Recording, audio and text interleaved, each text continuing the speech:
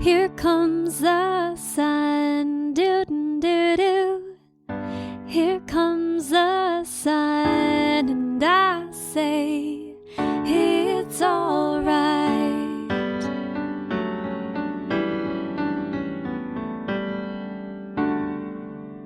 Hello, Fortitude audience.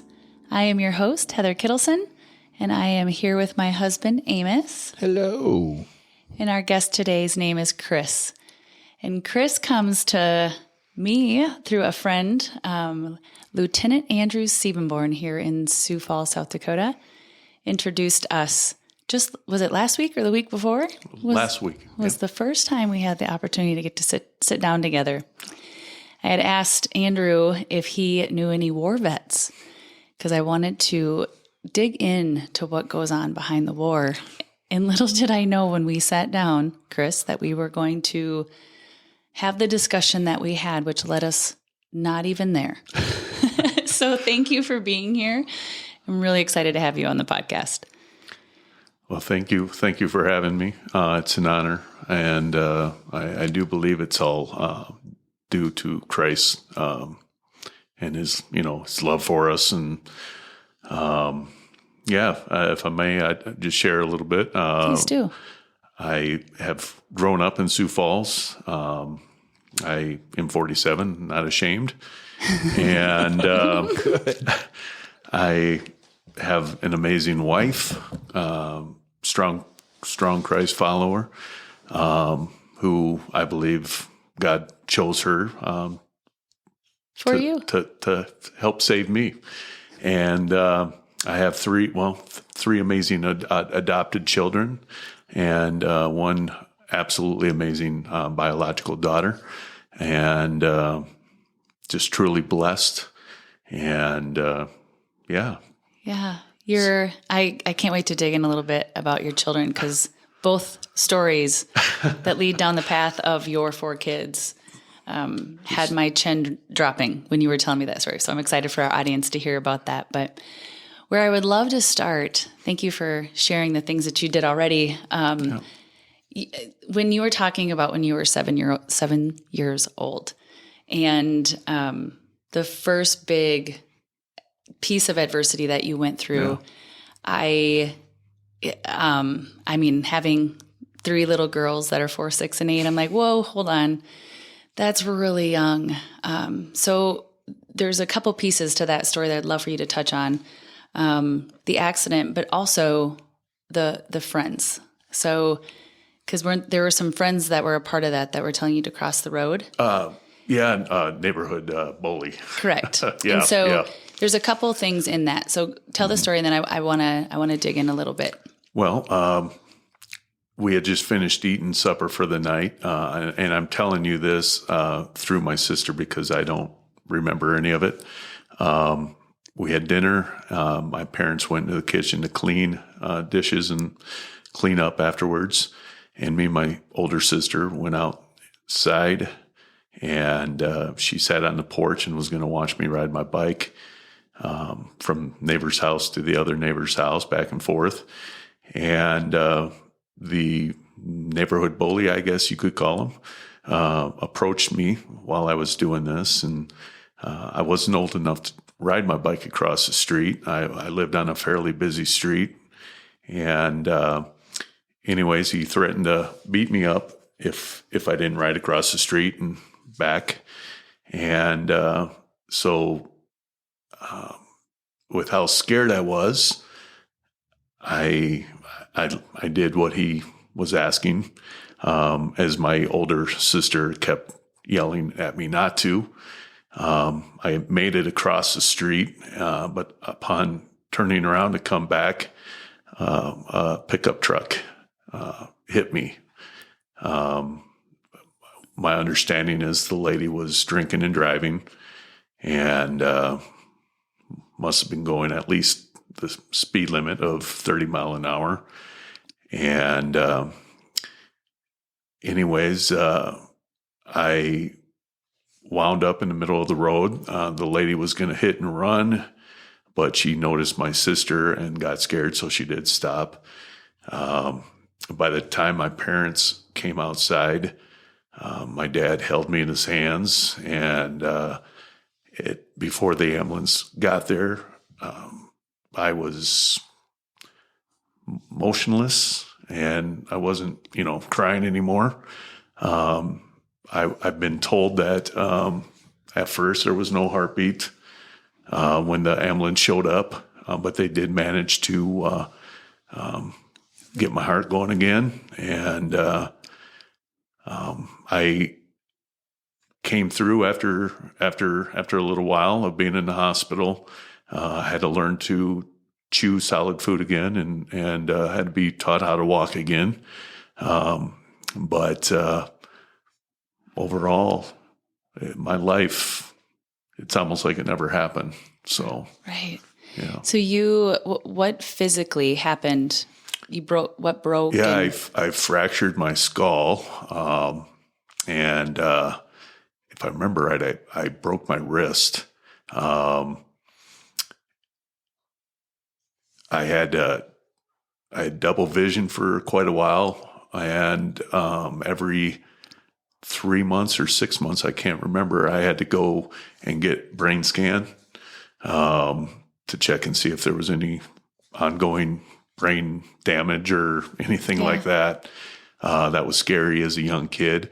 I think from, again, what I've been told, my parents, they didn't have the best insurance, and even though the lady ended up having to cover all the costs, the doctors would tell my parents, let him be at peace, let him die.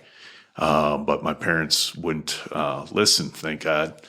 And slowly signs started, started showing positive things. But they did tell my parents that I would have to pretty much start life over. But to their surprise, the morning that I finally woke up and opened my eyes for the first time, all my siblings and my mother and father were in the room, and I recognized each and every one of them. Which they did not expect that. No. Yeah. And then I got emotional because I was confused as to why all these machines and wires and hoses and all that were hooked up to me. But all in all, that's literally the first, I believe, miracle in my life. It was definitely a amazing thing. So, wow. Well, and the whole bully thing, we didn't talk much about it when we were sitting there. And then later I was like, there's so much to that, because where did he go? After he saw you get hit, did he run away? From my understanding, he had a very traumatic childhood, a very abused kid. And I believe he knew right away what he had done. Did anything happen with him afterwards? I don't believe anything did happen. I could be wrong again. I don't remember any of it happening to begin with. Yeah. And I never really have talked to my sister about that for several years now, as I know it was equally hard on her to be witness to that. Yeah. But I think I believe that it just kind of, that really never got brought up, because I think everyone just kind of knew of his story, and they were afraid of what might happen to him with how, with his family and stuff like that. So that makes sense. I forgave him a long time ago. So, That's incredible. The forgiveness piece of it. It just, for our audience, the bullying that happens in schools, or just the bullying in general, hurt people, right? And just that whole, to be careful, right, with our words, and to be kind, and you never know what you're going to say, how it can affect somebody. Yes. And that was a bit extreme of, but we deal with that as adults. We deal with the bullying as adults, and we get told to do things that we know we shouldn't do, and yet we do them because it's just the pressure. And, so there's a lot to unpack there, which I know we don't have time, but there's just something significant in the fact that there was a lady drinking too behind the wheel who hit you. So that whole story, there's so much to it, but I'm grateful that you're with us today and that your parents didn't give up. 'Cause I mean, you're a pretty cool dude. But to fast forward, when you were 12, you were kind of, I mean, you get better, you heal, you're going through life, you're going to school, it's your 12th birthday, and you have a camp over in your camper in your driveway with some friends, and you're talking about how you guys have a ritual. There's this ritual every morning or every birthday that you get up and your family makes breakfast or has breakfast of your choice, right? The birthday person. Yep. Okay, go from there. Well, it was the morning of my 12th birthday, and I guess right before this, I knew my parents were having a lot of marital issues, but I figured, they fought a lot at that time, but they always kind of worked it out. So anyways, the night of my 12th birthday, my friends come over and we just had a fun time joking around in the camper all night. And the morning of, my friends awoke and went home, and I was excited to go into the house. And I figured, I would have a nice hot breakfast, pancakes and eggs, and everything was going to be good. To my surprise, everyone in the house was in the kitchen like usual, but it was very, very emotional, sad. There was just a feeling of pain and sadness in the room. And all I remember is my father taking me along with him outside on the porch. And he gave me a birthday card. I think there might have been $10 in it. And him telling me that my mother had given him the night before, or the night into my birthday, the paperwork for a divorce. And my father had signed it. And so that morning I learned my parents splitting, and that was a life-changing deal for me. I knew my parents had their issues and didn't get along very much, but I never wanted that. They were my family, and I never wanted to see that change. So I struggled. I believed my mom, I truly believe she didn't mean for that to happen the way it did. And I don't believe my father meant to put that hurt on me like that. I don't think he intended for me to blame myself for my parents' divorce. All the years that I did, I think my father did what he did, thinking that was the right thing. But unfortunately, it definitely altered my life in a lot of bad ways, I think. Yeah, because after that, you, in a sense, spiraled into a state that I know you're going to speak of, but you weren't able to celebrate your birthday. Yeah, no, for many years after that, due to the marker that was put on, and the guilt that you carried as a child. How many siblings do you have? I have an older sister, 43. Well, she's 3 years older. Okay. I have a younger brother who's 6 years older or younger, and a sister that's 7 years younger. Okay, so there's 4 of you in the house. Did it affect the birthday? The fact that it was your birthday that day, do you think it affected you more so than the other 3? I think it affected my oldest sister. in a different way.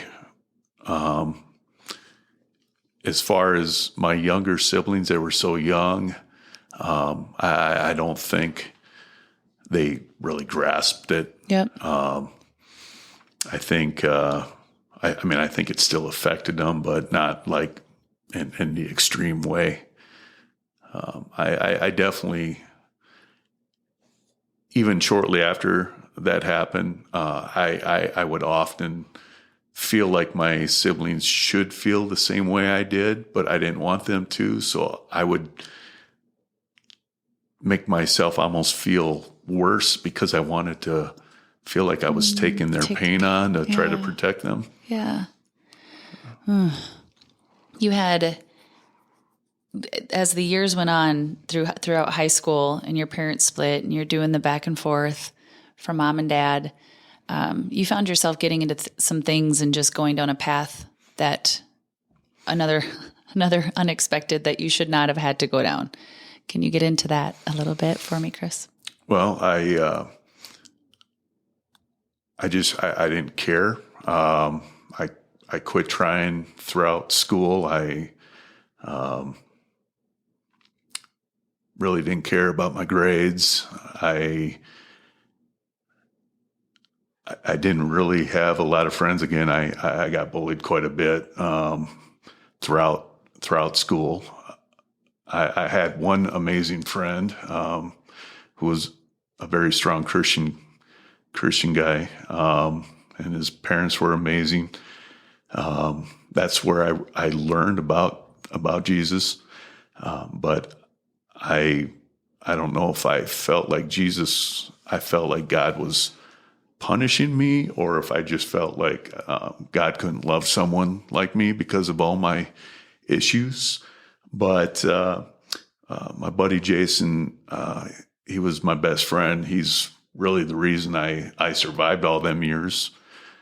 Upon graduating high school, I knew I wasn't going to go to college.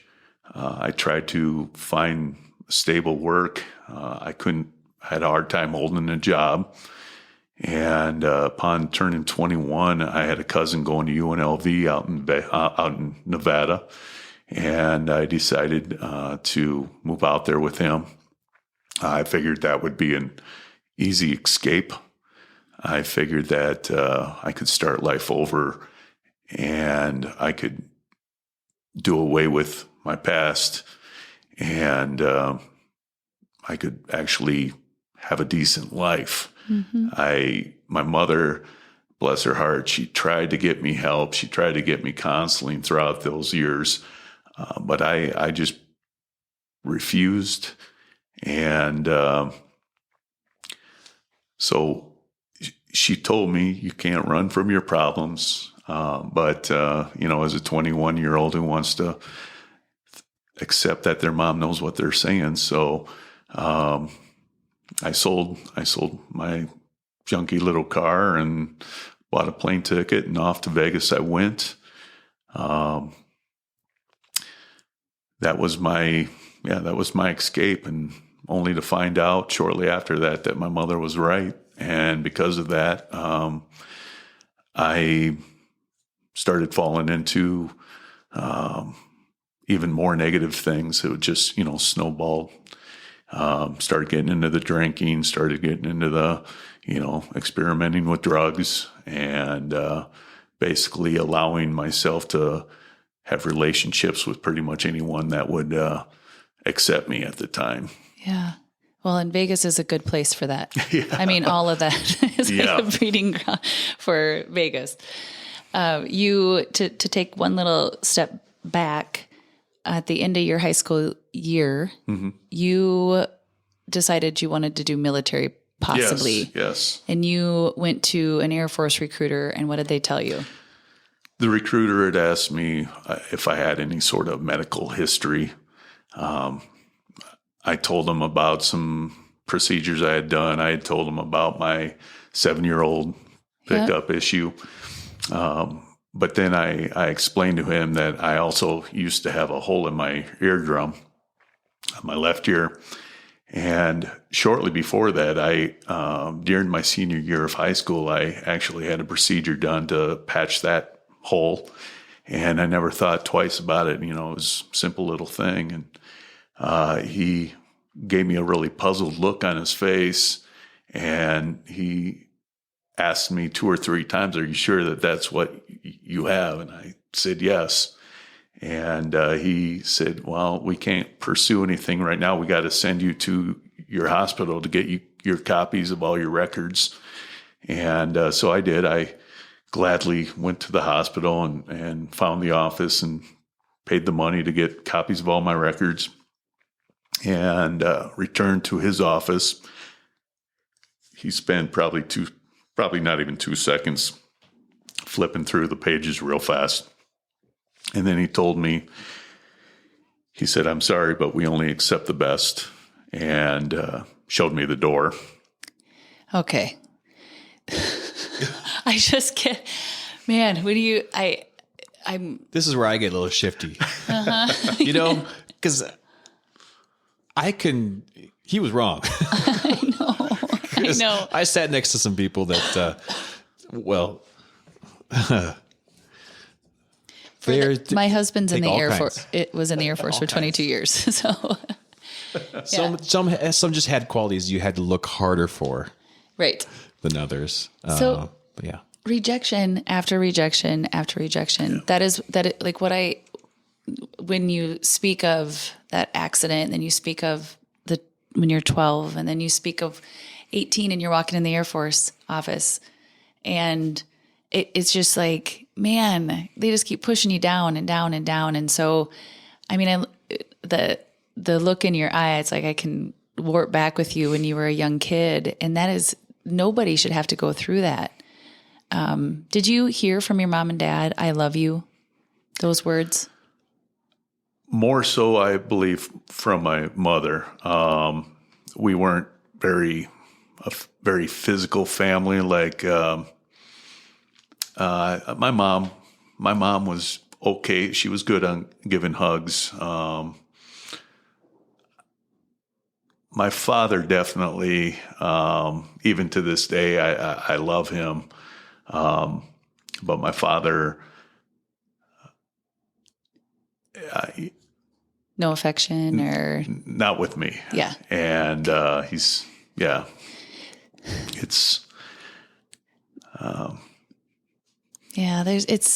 there's the I love yous, and I mean hugs and affection. And my encouragement to the audience is, man, there's so much negative pressure in our world, and you look at the bullying that you're speaking of.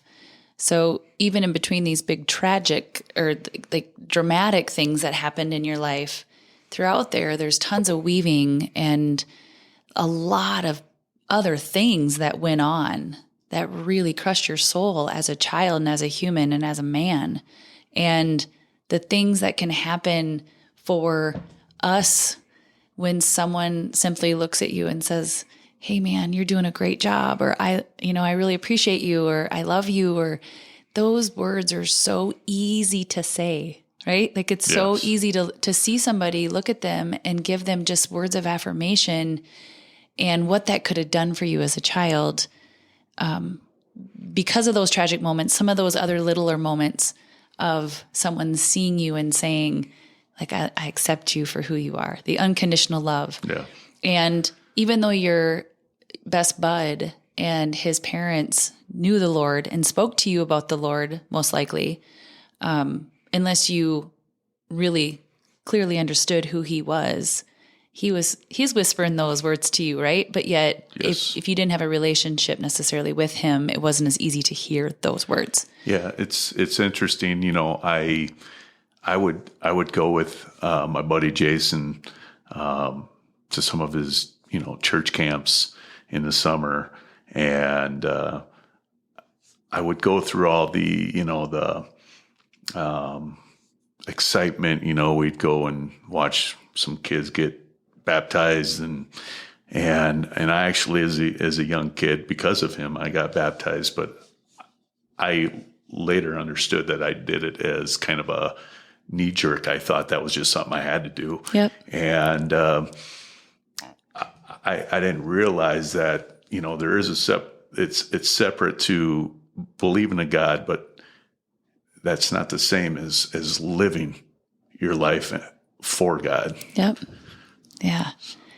And you're doing that now, which I'm pumped to get to that as well. But so you're out in Vegas and you're living a lifestyle that you realize is taking you further and further into a really gross state of mental Destruction. Very much destruction. You spoke about suicide to me as well. Can you go there? I think to some degree, I just got so tired of failure after failure after failure. And it got to a point that even if it wasn't my failure, I somehow felt like I had to own it. I had a friend of mine in Las Vegas that was kind of in the same boat as myself, and she tried joining the military to try something positive for once in her life, but she got rejected. And I found a way to even make myself believe that it was somehow my fault, but I just, it just didn't seem to matter. And it gets to a point when you've been struggling with that depression for so long that it just, suicide just seems like the easy answer. You're tired. Life just, it wears you out, that weight that you're carrying, and suicide almost looks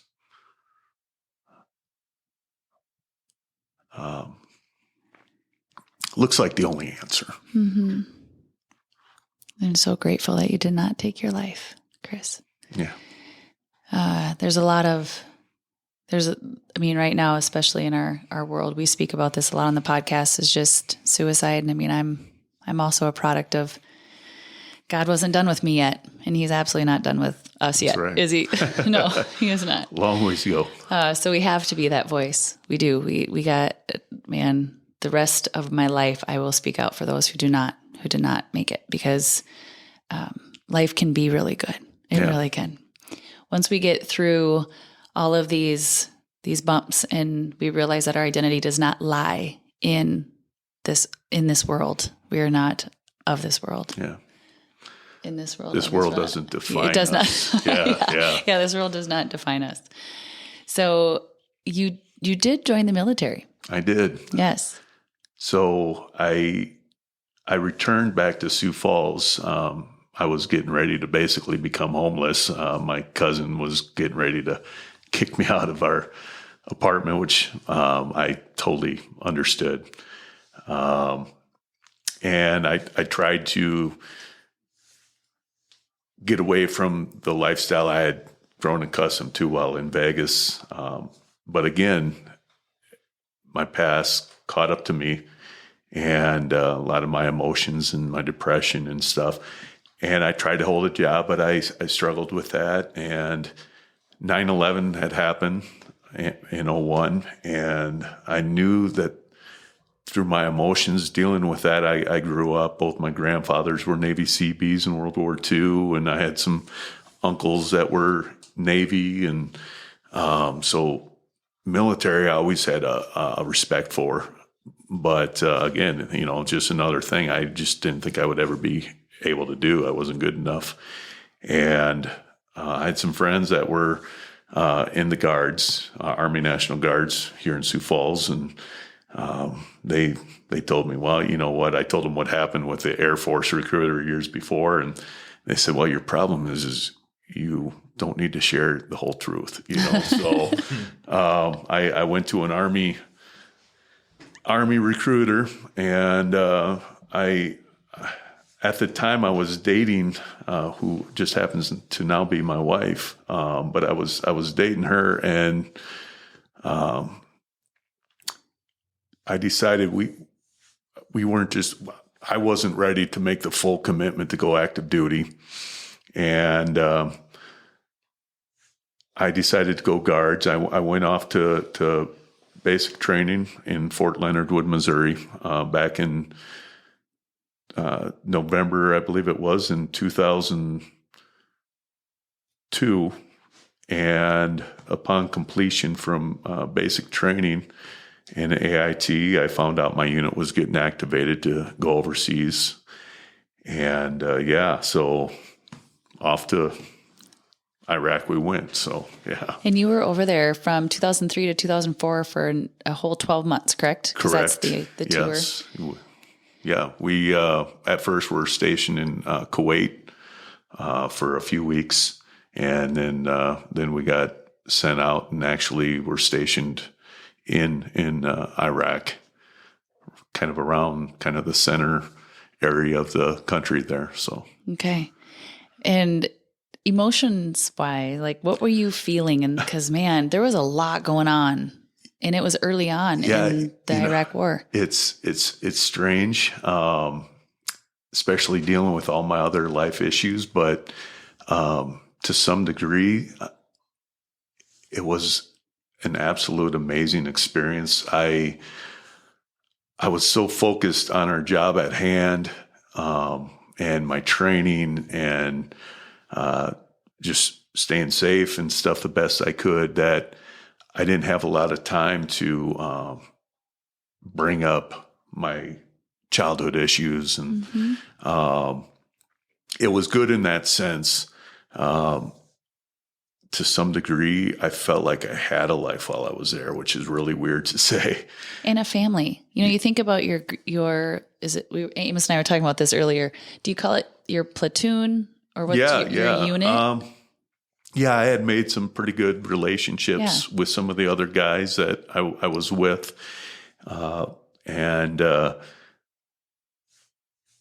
Just the only thing I had to focus on was, those little tasks. Am I going to eat in a chow hall today, or, am I going to have time to do laundry? But it was just, it was just the job at hand. It was our missions, and it just, to some degree, there was a peace about it, but it was difficult because there were things, and I didn't really feel this until we returned back to the States, but shortly after returning back to the States, that's when I started dealing with survivor's guilt. From some of the things I had to witness while I was there.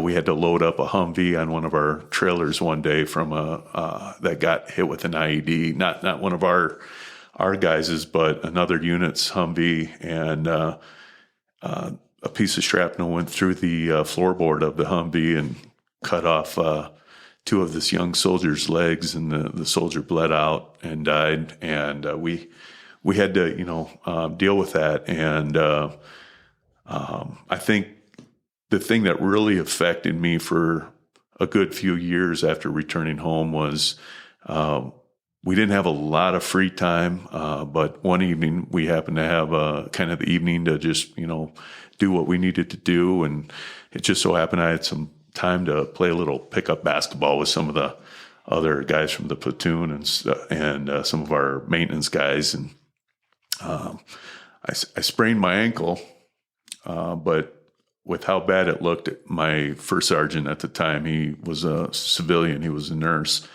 and he sent me to the medic tent because he thought my ankle was broke. And so sergeant took me to the medic tent, and upon getting my x-rays and stuff, waiting for the results of that, all of a sudden a Black Hawk came in, a helicopter, and it had 3 little Iraqi national children on it. And I don't know their ages. I'm guessing probably 3 years to maybe 5 or 6 years old, between the 3 of them. And their parents' little van got hit with a U.S. military convoy, kind of like a basic car accident, but they didn't wear seatbelts or anything in that country.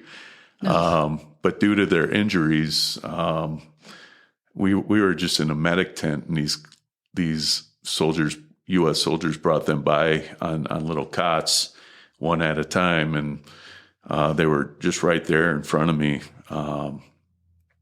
And each kid had just horrible injuries, and all three of them were close to dying, close to death. And it was just so real. And I could smell their body odor. I could even after returning home, I would still at times feel like I could smell. And I just remember the one girl looked right at me, and there was nothing I could do.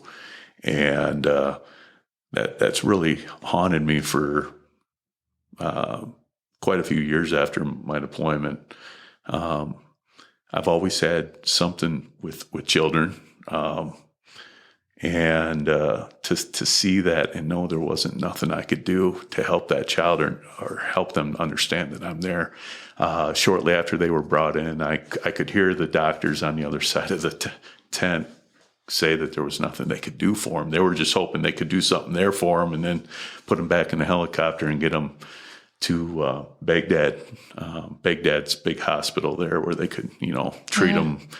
And there just wasn't nothing they could do. And all three children ended up dying right there. And anyways, I saw war, you can watch movies and this and that, and I see some pretty graphic stuff, but unless you're really experiencing it, it's the realness of it. It's just, you can't experience unless you're right there. And so, upon returning home, I just survivor's guilt. Every time I'd read a paper and see pictures of soldiers still in Iraq or even Afghanistan, I would just flood of guilt and shame that I wasn't still there. That's why a lot of soldiers will go back for a second and third and fourth tour, because that's what you hear is the survival guilt. Like they get back and think, nope, I got to go back. I got to go back. Yeah.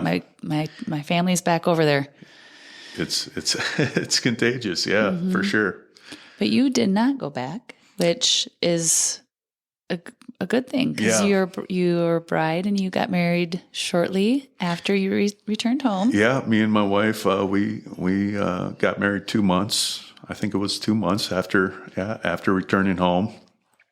You were unable to have children right away. Is that correct? Yeah. I think it was about a year or two after, if I remember right. Yeah. I don't know the terminology, but my wife had something that made it basically impossible for her to get pregnant, and that was another loss for me. That was another, even it was.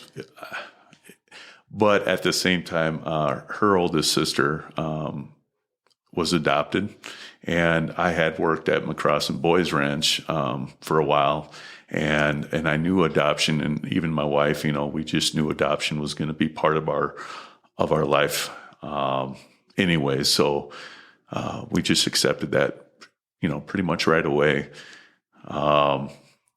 My wife at the time was, I think her heart has always been with Africa, but she was doing some online school at the time, and I think there was something that she was learning about or something that really kind of helped push her that direction. But so we adopted our three children. They are from Ethiopia. They were siblings, and it was quite the process. But they were 4. My son Emmanuel was 4. My son Capital was 2, and my daughter Jerusalem was not even a year old. So very amazing experience. Your story about your daughter, I remember that was the moment I teared up over lunch with you. You explained that you were super excited about the boys, and the girl was kind of like, whatever, got a daughter. And then they put her in your arms. Yeah. I remember it like yesterday. I think I even told my wife that I'm like, you can take care of our daughter, and I'll I'm into hunting, fishing, sports. And, the morning they brought the kids to us, this minivan pulled up, and me and my wife were standing there, and we see our two boys get out, and they had seen pictures of us and stuff. We had sent care packages before we were able to go and get them, and we were excited. But all of a sudden, this Ethiopian lady got out of the front passenger door, front door, and she was holding just this little package all wrapped up in a little tight little blanket. And I just knew right away that was my daughter. And I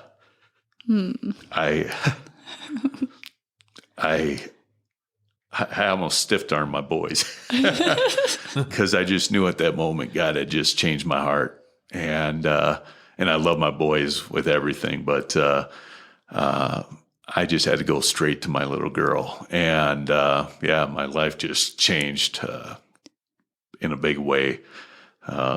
Yeah. And how many years ago was that? That was getting close to 13. This June, this coming June of this coming year, it'll be 13 years of gotcha. Yeah. Gotcha years. Yeah. We try to celebrate each year of the date that we got our children, and thanks to my wife. Yeah, and they're beautiful. So with the audience, I'll make sure and if you're okay with a picture, I'll put a picture of your family so they can see your children. But the time is sneaking up on us, so I want another surprise. My wife can have a child. Yeah, my wife. Things were starting to get a little better between me and her. My wife definitely was a target in our marriage of all my emotional and depression and all that. But things were getting better. My wife had a pretty good job for an insurance company, and all of a sudden one day we were at a church event outside, and my wife just told me, she's like, Chris, I believe God's calling me to quit my job and get into full-time missions. And I couldn't argue with her on that. And it was about 6 months later, my wife was experiencing kind of a stomach ache, and that was quite the experience for her. They thought it was her gallbladder, so they removed her gallbladder, and then she found out it was something, it was still going on, so they removed. My wife had a little bit of a beginning of a cancer in one of her ovaries before all this, and so they had to remove that one. Well, they thought it was her other ovary, so they removed that, and the pain and stuff on her side and stuff she had been experiencing had gotten worse. So they, anyways, I'm totally going off. It's okay. It leads up to saying, "Hey, you're pregnant." So yeah. Anyways, my wife, she went to the doctor one day, and I didn't go with her because we thought it was just a normal appointment that when she would struggle with this pain that they would put her on this medication. So anyway, she called me crying, but she wouldn't tell me what the problem was, and she had to tell me in person. So again, as someone who struggles with depression, I'm thinking that they're going to tell her the worst. They're going to tell her you got a few weeks to live or something. But I'm like, why is she going to tell me that at a restaurant? It's weird. But and sure enough, we meet at a restaurant, and she pushes this gift bag in front of me. It's a few days before Valentine's Day, and I'm like, what is going on? And I reach in and I pull out a baby pacifier, and I'm like, this is not sick joke. Yeah, sick joke, bad humor. And I see tears welling up in her eyes again, and she's like, there's something else in there. And I reach back in, and there was an ultrasound photo, and I'm just like really puzzled because this baby in this ultrasound is like almost fully developed, it's got little arms and legs and fingers. And I look at her and I'm like, I'm not buying it, and we've been told by the doctors and all that stuff years before this, that we can't. And at this point, I mean, it was just impossible. And we were both pushing 40 years old at that time. And she's like, now she's crying, and she said, well, I'm 6 months pregnant. And, to me right away, I didn't know how to fully feel. Like I was just like blown away. And I know she was hoping I would get all emotional and start hugging her and stuff. But I didn't know how to feel. I was so just shocked. And, but I also knew at that moment that was because of my wife's faithfulness to what God was calling her into and stuff with her walk with Christ and stuff. That was just God's blessing. Yeah. God saying, hey, this is you being faithful, so I'm going to, bless you. And, some people like to argue with that with me and say, well, it's anything. But to me, that's just a miracle. A miracle. Yeah. And then our daughter was born 10 weeks early, 3 pounds, 1 ounce. And, just been absolutely amazing. She's now 6 years old and in first grade and running the house, doing really well. And and just absolutely amazing. So you had, if I do the math, she's 10 weeks early. Found out. So like you had about a month to grasp the fact that you were having a child, which it was funny. The day after my wife gave birth to her, my wife came into the NICU room. And that was really the second time my wife was able to see our daughter. Was she had to wait all night long before she could hold our daughter again. And me and her were sitting on the couch in the beautiful rooms of the NICU at Sanford there. And she just started crying. And I'm like, what are you crying about? And she just looked at me and she's like, I felt like I got robbed. And I'm like, robbed? And she's like, I didn't get to experience the 9 months, of pregnancy. And I'm thinking to myself, what woman wouldn't give to get through a pregnancy without in really 1 month, So, but I understand that's an amazing thing to witness the whole thing. But, I think, your whole story, everything, like you beat death at an age of 7, you have been to war, you've gone through so much rejection, I love your wife. I've never met your wife, but I love your wife. That she is like the like ideal example of Christ-like love for me.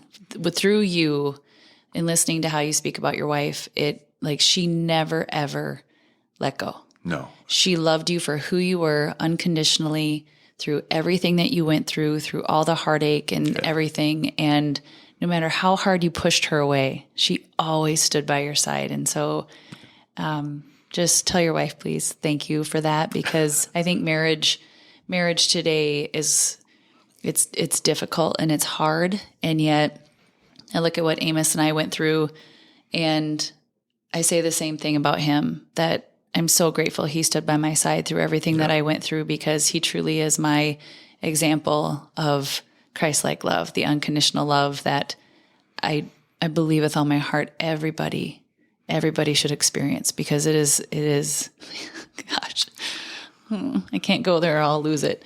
But there's just such a blessing in what your wife has done for you, because of all the rejection and everything that you felt.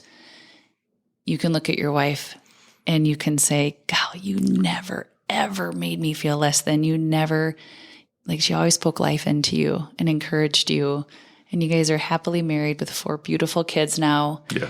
And you both serve. You serve at your church. You serve, you go and you speak at Vera Behavioral Health, and you tell your story. You serve at the Prayer Coalition, is that correct? Direct Line, yeah. Oh, Direct Line? Direct Line, Prayer Center. Yeah. So you're out, even through all of that, you're like, you know what? I'm never going back there. No. And I'm now living my life for the Lord, and I'm going to serve others, and I'm going to tell my story, which is another reason why I was so excited to have you on here, because that's why we do what we do, is we want to encourage people to tell their stories and to pay it forward, and to give back to others who are going through some of the same exact challenges and pain and hurt that you did in that sweet little 7-year-old Chris, Yeah. And so thank you for serving our community and for serving those who just don't have direction yet. Well, thank you. We are boots on ground warriors for Christ. That's right. And so thank you for that. Thank you. Is there anything that we can do to serve you, Chris? Is there anything, one last just question on how we can be of service to you and your family? No, just, we just ask for continued prayer for healing, my healing, my mental health, it still goes on. Yeah. But now that I have that relationship with God and stuff, I get through it better and quicker, but it's still something. And our marriage, it's definitely better. But it's still, and I think all marriages are a work in progress, but it's still very difficult. And I think some of that also stems from, again, my childhood. I'm not an affectionate, I'm not a physical person. And I just, prayer for my family, that we continue to move forward and not move back, and just continue strong in our faith with our walk and stuff. Yeah, definitely. What is your wife's first name again? Cori. Cori. So Cori and Chris. Yeah. Okay. C&C. Yeah. We can do that. We're growing a great audience right now, so you can plan on that being answered. Awesome. Well, we appreciate that as a family. Yes. Definitely. You're welcome. Is there anything you wanted to say at the end here, Amos? Well, as I'm listening to your story, I see there's event after event after event, and I just have one burning question.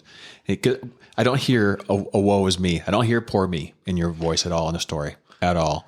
Is that something that you developed over time, or is that just you think that's how you were made? I think while it was going on, you would have heard that a lot. Poor me. But now that I understand that God has taken all that stuff and has helped me to turn it into something amazing by my testimony, I no longer carry that. It's, I'm actually grateful. I truly look at what I've gone through and I'm grateful for it now, because of it, God has used me to help lead others to Christ. Amen. And that's what I always tell the kids at Avera and stuff. God will take the ugliness that the devil uses to destroy you, and God will turn that into some amazing testimony, And so in some ways, I'm definitely grateful. And I wouldn't wish to live through it again, but I don't want you to either. Yeah, Right. But no, it's. I think those days are far behind me, and now I just look forward to seeing my kids go to school and graduate, and just the future, Yeah. So, and where God's leading me in that process. So I appreciate that answer. And as a brother in arms, for Christ in the military, that makes we're cousins. We're family. So we are. Thanks for sharing. It's an honor to meet you. Yeah, it's definitely. been an honor having you. Thank you so much. Likewise. Thank you, Chris. Thanks Thank for being you. here. God bless.